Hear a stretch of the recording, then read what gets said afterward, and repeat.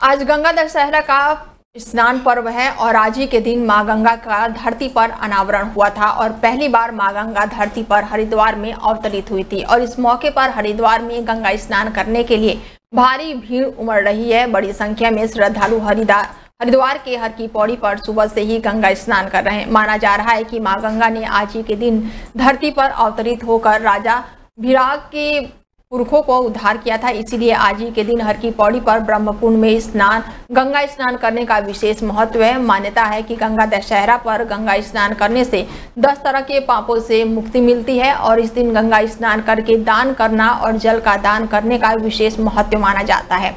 जिला प्रशासन द्वारा यात्रियों की सुरक्षा को लेकर पूरे मेला क्षेत्र को 2 सुपर जोन, 11 जोन और 27 सेक्टरों में विभाजित करके सुरक्षा बल तैनात किए गए हैं। साथ ही ट्रैफिक को लेकर एडवाइजरी भी जारी की गई है।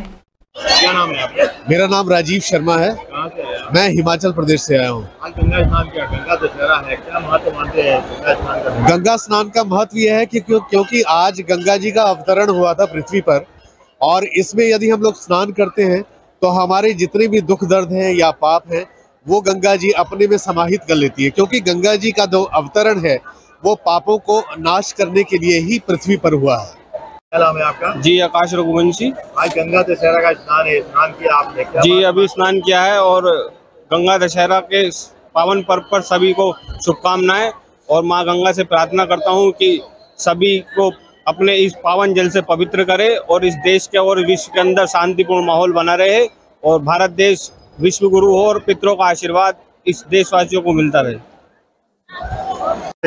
मेरा नाम रमेश चंद नैनवाल है। मैं दिल्ली से आया हूँ। गंगा स्नान किया आज गंगा दशहरा? हाँ, गंगा दशहरा का महान पर्व पे मैं आज स्नान करने के लिए आया हूँ।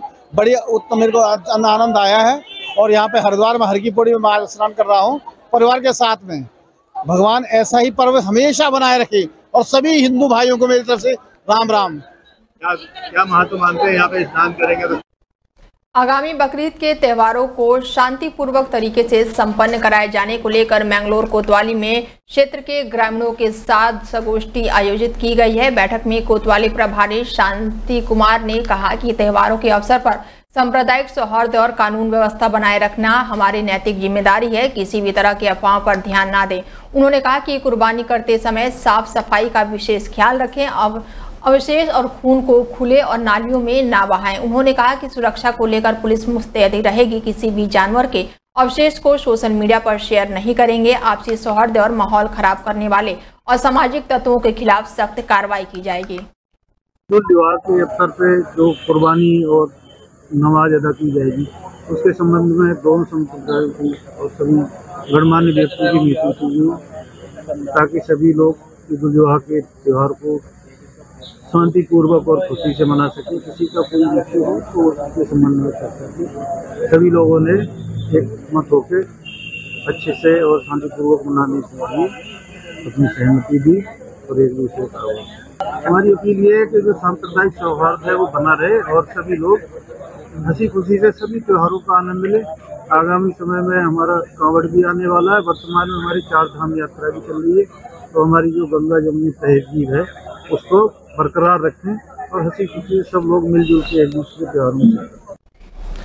पहाड़ों में प्री मानसून का असर देखने को मिल रहा है। उत्तराखंड में मौसम ने एक बार फिर से करवट ली है। पिछले कई दिनों से लगातार हो रही बारिश और ऊपरी इलाकों में बर्फबारी के चलते प्रदेश में ठंड का असर महसूस किया जा रहा है, जिसको देखते हुए जिला प्रशासन भी अलर्ट मोड पर आ गया है। वहीं मौसम विभाग की जारी चेतावनी पर जिलाधिकारी ने सभी संबंधित विभागीय अधिकारियों को अलर्ट मोड पर रहने के निर्देश दे दिए हैं। मौसम विभाग के अनुसार उत्तराखंड में अगले 3 घंटों में तेज आंधी तूफान के साथ भारी बारिश की संभावना है। देहरादून, पौड़ी, टिहरी और हरिद्वार के अलग अलग स्थानों पर बिजली चमक के साथ तेज हवाओं के साथ बारिश हो सकती है। आईएमडी ने भारी बारिश की संभावना देखते हुए येलो अलर्ट जारी किया है। प्रदेश के 9 जिलों में कहीं कहीं भारी बारिश हो सकती है। पहाड़ी इलाकों में लगातार बारिश का असर तापमान पर देखने को मिल रहा है। गिरती तापमान की वजह से लोगों का सर्दी का एहसास होने लगा है। वहीं मैदानी इलाकों में भी ठंड महसूस हो रही है। बारिश का असर आम जनजीवन पर भी देखने को मिल रहा है। इस बदलते मौसम में एक और जहां गर्मी से राहत मिली है, वहीं यात्री और जन सुविधाओं पर असर भी देखने को मिल रहा है। लोगों को सतर्क रहने की सलाह दी गई है। गंगा दशहरा के पावन अवसर पर धर्म नगरी हरिद्वार में आस्था का सैलाब उमड़ा है। ब्रह्म मुहूर्त से ही श्रद्धालुओं की भारी भीड़ हर की पौड़ी और आसपास के घाटों पर उमड़ पड़ी है। हर हर गंगे के जयकारों के बीच श्रद्धालुओं मां गंगा में आस्था की डुबकी लगाकर अपने जीवन को पवित्र करने की कामना कर रहे हैं। हजारों की संख्या में श्रद्धालु स्नान, पूजा पाठ और दान पुण्य में जुटे हुए हैं। मान्यता है कि आज ही के दिन गंगा स्नान से सभी पापों में से मुक्ति मिल जाती है और परिवार में सुख शांति और समृद्धि आती है। प्रशासन भी पूरी मुस्तैदी से सुरक्षा व्यवस्था में जुटा हुआ है ताकि आस्था के इस महापर्व पर कोई भी व्यवधान न आए। अपनी फैमिली के साथ में, और ये गंगा दशहरा का जो पर्व है ये हमारे हिंदू धर्म के लिए बहुत उत्साहिक पर्व है।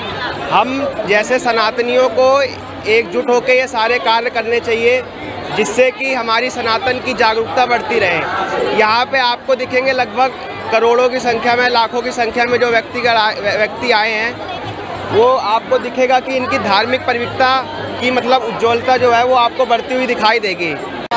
गंगा दशहरा पर्व इसलिए हम पूना से नहाने के लिए आए हैं हरिद्वार के लिए, अपने बच्चे अपने फैमिली के साथ रहने के लिए।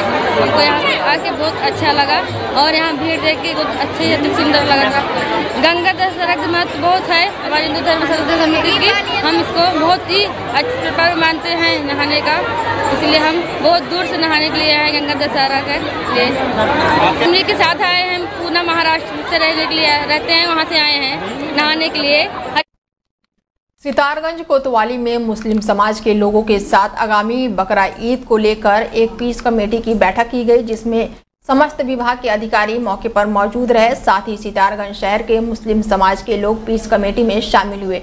वहीं पीस कमेटी में आगामी बकरा ईद के मौके पर मुस्लिम समाज के द्वारा की जाने वाली कुर्बानी को लेकर चर्चा की गई। साथ ही सितारगंज क्षेत्र के अधिकारी ने कहा कि सितारगंज कोतवाली में मुस्लिम समाज के लोगों के साथ बकरा ईद के मद्देनजर पीस कमेटी का आयोजन किया गया। वहीं पीस कमेटी में मुस्लिम समाज के लोगों के साथ प्रतिबंध पशु की कुर्बानी न करने की सख्त हिदायत दी गई है। साथ ही मुस्लिम समाज के लोगों ने कुर्बानी के समय होने वाली समस्याओं को लेकर क्षेत्र अधिकारी के सामने रखी। आज हम लोग सितारगंज के थाने में हाजिर हुए। हमारे सीओ साहब और माननीय कोतवाल साहब और हमारे धामी जी और तमाम क्षेत्र के सम्मानित मुस्लिम लोग भी आए, हमारे मीडिया समाज के लोग भी आए। और यहाँ पर ईद उल अज़हा की जो ईद उल अज़हा आ रही है 7 तारीख को, बरोज़ हफ्ते के दिन शनिचर के दिन, लिहाजा उसके ही से बातचीत करना थी थाने में। सीओ साहब ने बताया कि जो भी यहाँ पर जानवर जिस तरह के हमारा देश या कानून जिस चीज़ की इजाज़त देता है, मुस्लिम समाज में वही कुर्बानियाँ करें। और उसका ओज वगैरह है, आते हैं या उसका खून है, तो उससे किसी भी मतलब समाज को आहत ना पहुँचे। इसलिए ना हमारा इस चीज़ का देश इजाज़त देता है, ना यहाँ का कानून इजाज़त देता है। अगर हरिद्वार में मां बेटी के रिश्ते को कलंकित कर देने वाला मामला सामने आया है, जहां एक महिला पर अपनी 13 साल की बेटी का यौन शोषण कराने का आरोप लगा है। पति से विवाद के बाद से अलग रह रही महिला अपनी बेटी को अपने बॉयफ्रेंड और उसके दोस्त के सामने परोस रही थी। पड़ोसी इसके साथ ही पीड़ित किशोर और उसके पिता की शिकायत पर पुलिस ने महिला के खिलाफ पॉक्सो और अन्य धाराओं में मुकदमा दर्ज कर महिला और उसके एक दोस्त को गिरफ्तार कर लिया है। बता दें कि उत्तराखंड के हरिद्वार में एक मां ने अपनी हैवानियत से रिश्तों को शर्मसार कर दिया है। यहाँ एक महिला पर अपने ही 13 वर्ष की बेटी का यौन शोषण कराने का गंभीर आरोप लगा है। पुलिस ने पीड़ित की शिकायत पर महिला और पॉक्सो और अन्य धाराओं में केस दर्ज कर उसके बॉयफ्रेंड के साथ गिरफ्तारी कर लिया है। थाना रानीपुर में एक मामला हमारे संज्ञान में आया था। इसमें एक नाबालिग बच्ची द्वारा अपने मां के ऊपर आरोप लगाए गए थे। पुलिस ने तत्काल मामले को संज्ञान में लिया। इसमें अभियोग पंजीकृत करके पीड़िता का 164 के बयान और उसका मेडिकल कराया गया। मेडिकल में कही गई बातों की पुष्टि हुई है। प्रथम दृष्टया मामले को सही मानते हुए पुलिस के द्वारा आरोपियों की अरेस्टिंग की गई है। उन्हें न्यायिक खबर उधम सिंह नगर के खटीमा से है, जहां पर आज कांग्रेसियों ने अवैध खनन को लेकर उप जिलाधिकारी को ज्ञापन सौंपा। आपको बता दें कि खटीमा के विभिन्न क्षेत्रों में रात में खनन चल रहा है, जो कि पूर्ण रूप से अवैध है। साथ ही तेज रफ्तार डंपर द्वारा एक महिला और पुरुष को स्कूटी द्वारा रौंद दिया।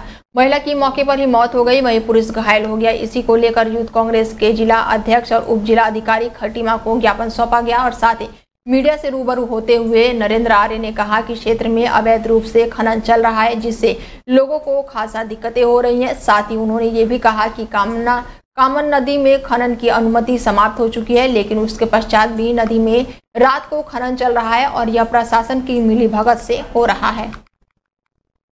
लगातार अवैध खनन चल रहा है, प्रशासन के मिलीभगत से रात दिन चल रहा है। परमिशन ये कहते हैं एजेंट साहब की हमने परमिशन दी है 10-20 और वहाँ होते हैं 150-200। पोकलैंड जेसीबी से लगातार खनन हो रहा है रात में दिन में, पर गांव क्षेत्र में भी इसी तरह हो रहा है।